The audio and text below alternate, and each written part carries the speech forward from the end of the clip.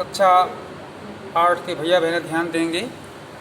आज हम लोग बहुत दिन के बाद इतिहास की ओर बढ़ रहे हैं, इतिहास पढ़ने जा रहे हैं। इसके पहले, इस पाठ के पहले जो 5वां अध्याय है, इस पाठ के पहले हम लोगों ने पढ़ा था कि 1857 में जो ईस्ट इंडिया कंपनी भारत में आई थी, किस प्रकार से अपने प्रभुत्व को जमाई और कैसे हमारे भारत में किसानों और यहाँ के जमींदारों और यहाँ के रजवाड़ों और अन्य प्रकार के मंदिरों आदि पर कैसे प्रहार किया और कैसे भारत को प्रताड़ित करके एक तरह से मूर्ख बना करके और कैसे अपने देश को धन ले गए आदि हम लोगों ने पढ़ा है, जाना भी है।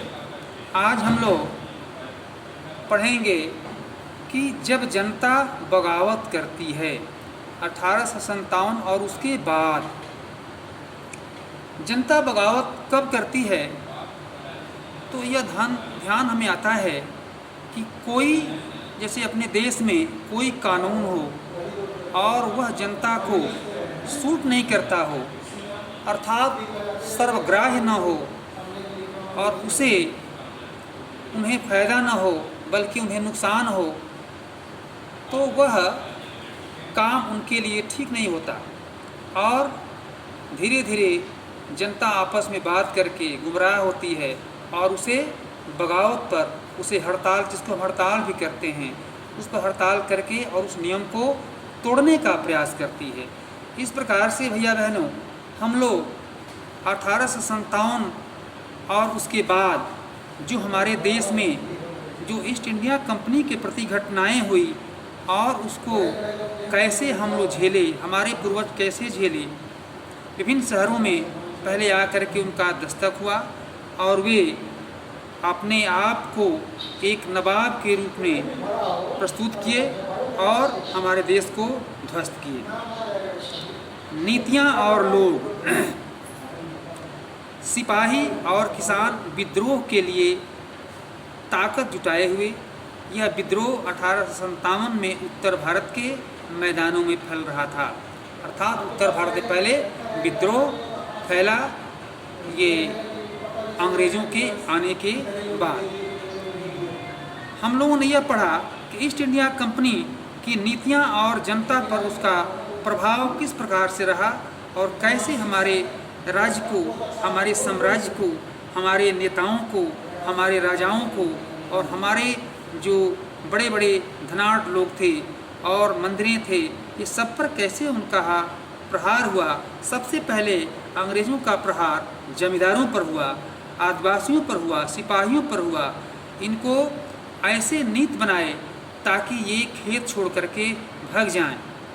ये ऐसे नीत बनाए जबकि उनको कम रेंट पर, कम लगान पर उन्हें खेत जोतना बोना था, परंतु ये आए तो उस पर इतना लगान रख दिए कि किसान प्रताड़ित हो गए और वे खेत छोड़ करके भागना शुरू कर दिए।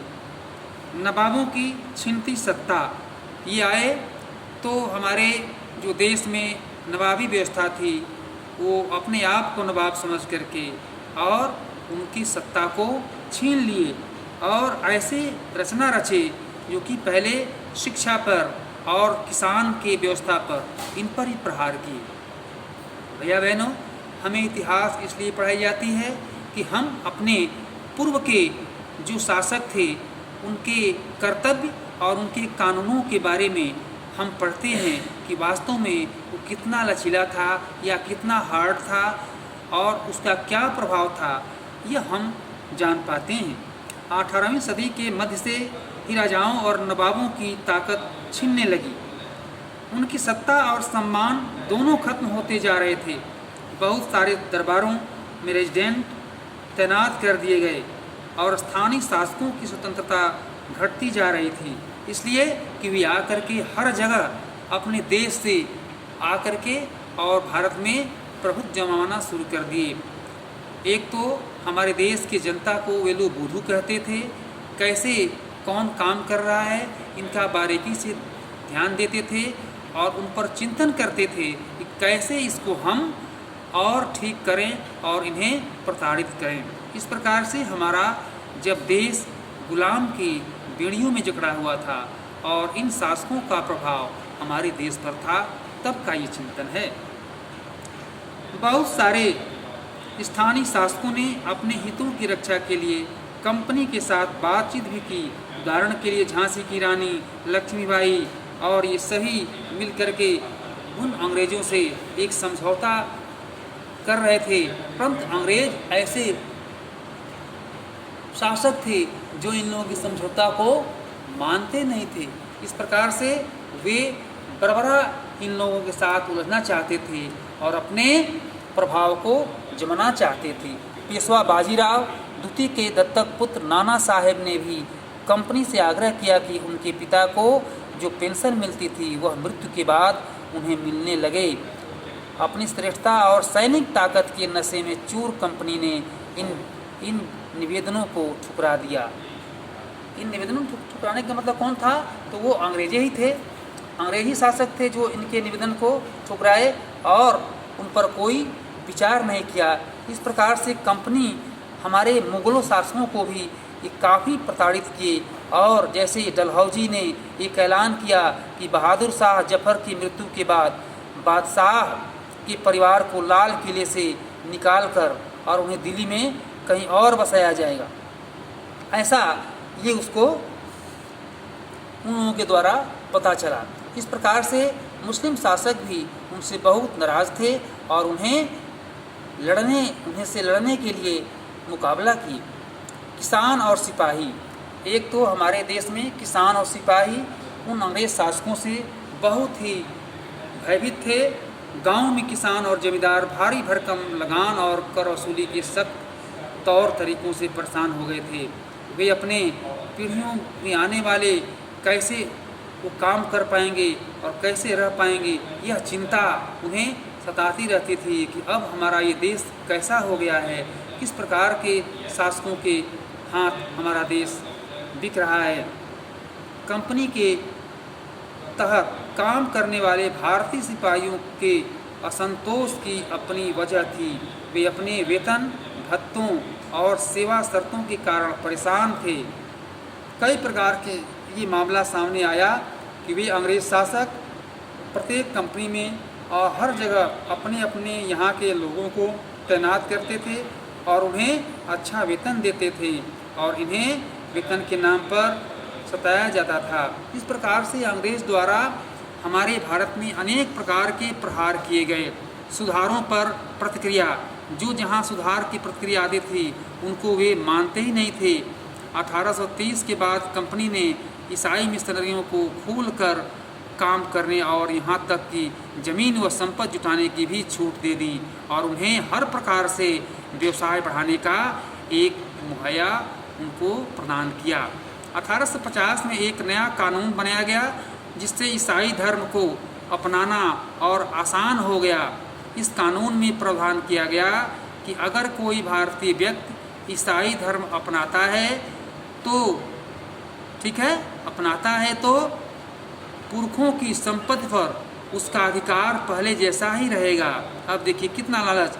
बहुत सारे भारतीयों को यकीन हो गया था कि अंग्रेज उनका धर्म, उनके सामाजिक रीति रिवाज और परंपरागत जीवन शैली को नष्ट करने जा रहे हैं। इस प्रकार से ईसाईगत को बढ़ावा देना उनका एक अलग अपना ब्यौरा था। जनता की नज़र से यह देखा गया कि जनता वास्तव में अब ये जो अंग्रेज शासक हैं हमारे भारतीयों को हर प्रकार से प्रताड़ित करने का ये व्यूह रच रहे हैं। महाराष्ट्र के एक गांव में रहने वाले ब्राह्मण विष्णु भट्ट गोडसे द्वारा लिखित पुस्तक माझा और प्रवास के कुछ अंश दिए गए हैं। विष्णु भट्ट और उसके चाचा मथुरा में आयोजित किए जा रहे एक यज्ञ में भाग लेने के लिए निकले थे। विष्णु भट्ट लिखते हैं कि रास्ते में उनकी मुलाकात कुछ सिपाहियों से हुई जिन्होंने उन्हें सलाह दी कि वे वापस लौट जाएं क्योंकि 3 दिन के भीतर चारों तरफ कोहराम मच जाएगा। सिपाहियों ने जो कहा वह इस प्रकार था। कहे अंग्रेज सरकार हिंदुओं और मुसलमानों के धर्म को नष्ट करने पर आमदा हैं। उन्होंने 84 नियमों की एक सूची बनाई और कलकत्ता में सारे राजाओं और राजकुमारों की मौजूदगी में उसका ऐलान कर दिया गया और उन्हें सिपाहियों और को बताया गया कि इन नियमों को मानने के लिए तैयार हो जाओ। उन्होंने अंग्रेज़ों को घातक परिणामों की चेतावनी दी और राजाओं ने कहा कि अगर ये नियम लागू किए गए तो भारी उथल पुथल मच जाएगी और राजा भारी गुस्से में अपनी राजधानियों को लौट गए।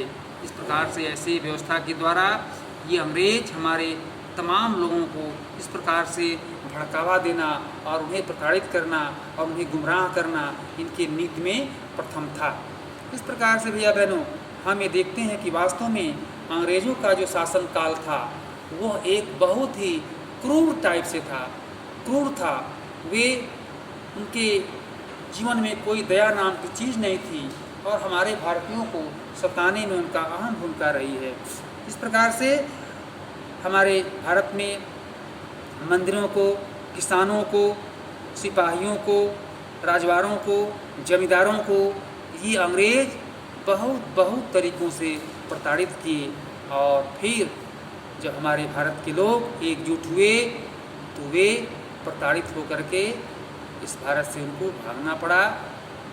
ये कहानी हमारे इतिहास बताती है। इसके आगे हम लोग और कल पढ़ेंगे। धन्यवाद।